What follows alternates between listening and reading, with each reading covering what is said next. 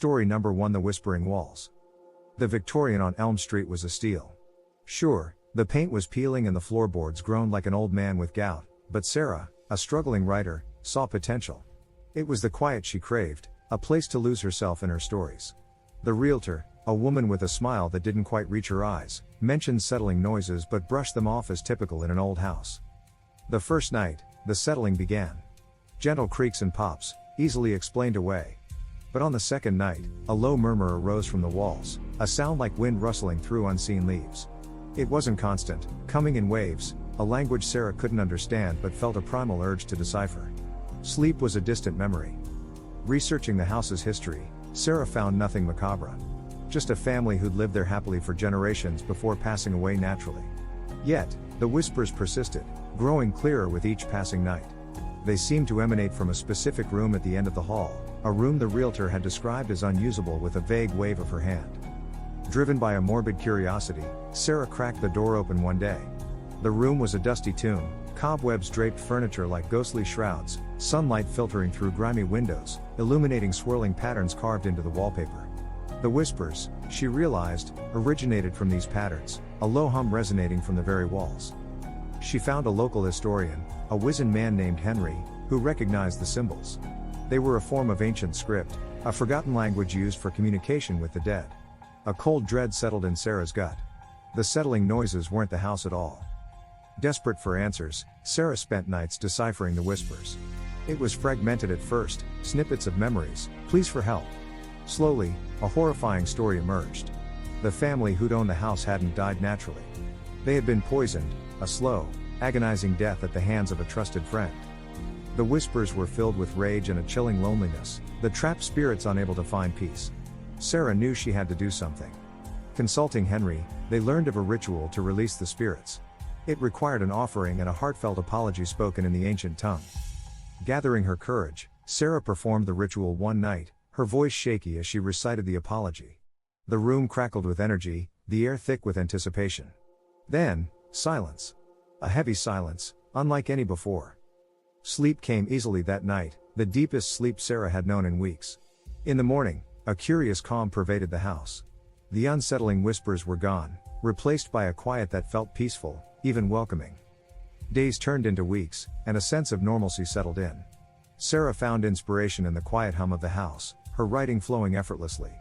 But then, one night, a different sound emerged, a single, mournful sigh that echoed through the hall. It came from the unusable room, and a shiver ran down Sarah's spine. Maybe, she thought with a growing unease, not all the stories were told. Maybe some secrets were better left buried. The Victorian on Elm Street was no longer the haven of quiet she'd craved. It was a chilling reminder that some houses hold stories that refuse to be silenced. Story number 2: The Uninvited Guest. The Cartwright family, John, Sarah, and their 2 young children, Lily and Ben, were thrilled with their new home. Nestled amidst rolling hills, the old farmhouse exuded a rustic charm. John, a history buff, was particularly fascinated by the hidden room they discovered in the attic. It was small, barely big enough for a single cot, with a single boarded-up window facing north. One rainy afternoon, Ben, full of adventurous spirit, snuck up to the attic. He pried open the window, revealing a breathtaking view of the valley below. But as he peered out, a gust of wind slammed the window shut, trapping his arm. Panic surged through him as he struggled against the warped wood. Suddenly, a low voice rasped in his ear, "Careful, little one. Don't want to get hurt, do we?" Ben froze. There was no one else in the room. But the voice, though soft, held a chilling edge. He screamed, the sound echoing through the empty house. Sarah, alerted by the commotion, rushed to the attic. She found Ben pale and trembling, clutching his injured arm. He babbled about a voice, but Sarah, worried about his arm, brushed it off as a product of his fright. The incident, however, sparked a series of unnerving events. Objects would move on their own, a book falling from a shelf, a vase inexplicably shattering. Whispers, like the rustling of dead leaves, seemed to emanate from the boarded-up window. Lily, prone to nightmares, began sleepwalking, muttering about a cold hand that touched hers. John, initially skeptical, became increasingly worried. Researching the house's history, he unearthed a chilling story. The previous resident, a recluse named Henry, had died alone in that very room. Rumors swirled about him, a practitioner of dark arts, a man who dabbled in the occult. Locals believed his restless spirit haunted the house. Desperate for answers, John contacted a paranormal investigator, a woman named Elena with an air of quiet authority. Elena examined the house, focusing on the boarded-up room. Using a thermal camera, she detected a faint heat signature emanating from behind the boards. This fueled their worst fears: Henry's spirit could be trapped there. Elena proposed a séance, a controlled attempt to communicate with the entity. The family, despite their reservations, agreed. The air crackled with nervous energy as Elena conducted the ritual. Dim lights flickered, shadows danced on the walls. Then, a voice materialized, rasping and filled with malice. "This is my domain. Leave. You have no place here." John, emboldened, spoke back. "Mr. Henderson, we mean you no harm. We simply want to live in peace." A tense silence followed. Then, the voice softened, tinged with regret. "Peace? I know not of peace. Betrayed, abandoned, left to die alone." Elena explained that Henry's spirit was likely fueled by anger and resentment. He needed closure, a chance to find peace. John, with Sarah by his side, spoke again, offering apologies for any past wrongs and expressing their desire to coexist peacefully. As if in response, a cold breeze swept through the room, carrying the faint scent of lavender, a scent Ben remembered from the attic, Henry's favorite scent, according to the town's old records. The whispers ceased, and the temperature in the room normalized. Elena declared the séance a success, but cautioned it would take time for Henry to fully transition. The following weeks were eerily quiet. Then, one starlit night, John awoke to a gentle hand on his shoulder. He saw a faint, translucent figure by the window, a figure with a sad smile. It was Henry, finally at peace. The Cartwrights never saw him again, but the unexplained occurrences stopped. They lived comfortably in the farmhouse, a sense of quiet respect settling over them. John continued researching local history, determined to learn more about Henry and ensure his story wouldn't be forgotten. The boarded-up window remained, a constant reminder of the spirit who, through forgiveness and understanding, finally found his way out. Story number 3: The Smiling Portrait. The Grand Tudor mansion loomed over Olivia like a watchful giant. Inherited from a distant relative, Blackwood Manor was a labyrinth of dusty corridors and grand, echoing halls.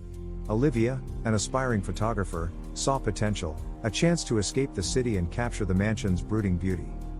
One particular portrait in the grand hall immediately captivated her. A woman with fiery red hair and an unsettling smile adorned the canvas. The inscription below simply read, "Elizabeth Blackwood, 1789. Olivia felt an inexplicable connection to the woman, a pull she couldn't explain. The first oddity came at night. Sleep was elusive, replaced by a persistent feeling of being watched. Olivia swore she could see the portrait's eyes flicker in the moonlight, the smile widening ever so slightly. Then came the whispers, faint at first, like rustling silk, emanating from the portrait itself. Olivia confided in a local historian, a kindly woman named Miss Pennyworth. Miss Pennyworth's eyes widened at the mention of Elizabeth. "Blackwood Manor holds a dark secret," she revealed. Elizabeth, it turned out, was the black sheep of the family, ostracized for practicing unnatural arts. She vanished mysteriously one night, never to be seen again. Olivia's curiosity was piqued. Determined to learn more, she spent days scouring dusty journals and faded letters in the mansion's library. She pieced together a fragmented story. Elizabeth was a talented herbalist, misunderstood by her rigid family. The whispers, Olivia realized, were Elizabeth's pleas for help, trapped within the confines of the portrait. Olivia, armed with her newfound knowledge, decided to hold a séance. Spreading herbs mentioned in Elizabeth's journals on an old table, she spoke softly, "Elizabeth, if you can hear me, we mean you no harm. We only seek to understand." The air crackled with a strange energy. A cold breeze swept through the room, extinguishing the candles. Then, a voice, filled with sorrow, echoed from the portrait, "Trapped. Bound. Help me." Olivia, her heart pounding, spoke into the darkness, "We can help you, Elizabeth. But you need to tell us what happened." The voice recounted a tale of betrayal. Elizabeth's brother, jealous of her herbal knowledge, poisoned her and sealed her spirit within the portrait. Olivia felt a surge of anger, Elizabeth's life cut short, her talent wasted. Consulting Miss Pennyworth, they learned of a ritual to release a bound spirit. It required a specific herb mentioned in Elizabeth's journals, a rare night-blooming flower that grew only on the cliffs overlooking the sea. Olivia, fueled by a sense of justice, braved the treacherous cliffs at night and procured the flower. Back at the mansion, Olivia performed the ritual, her voice trembling as she chanted the ancient words. The portrait glowed with an ethereal light, Elizabeth's smile transforming from unsettling to serene. A final whisper, filled with gratitude, resonated through the room. "Thank you. Finally free." The whispers ceased, replaced by a peaceful silence. Olivia slept soundly that night, the weight of Elizabeth's despair lifted. The next morning, she noticed a change in the portrait. Elizabeth's eyes were closed, a gentle smile gracing her lips. It was no longer a haunting image, but a portrait of a woman finally at rest. Olivia continued to live in Blackwood Manor, but it no longer felt oppressive. She used her photography skills to capture the mansion's beauty, showcasing its history in a new light. Elizabeth's story became a local legend, a reminder of the importance of understanding and the consequences of prejudice. Olivia, in a way, had become Elizabeth's voice, ensuring her story wouldn't be lost to the shadows.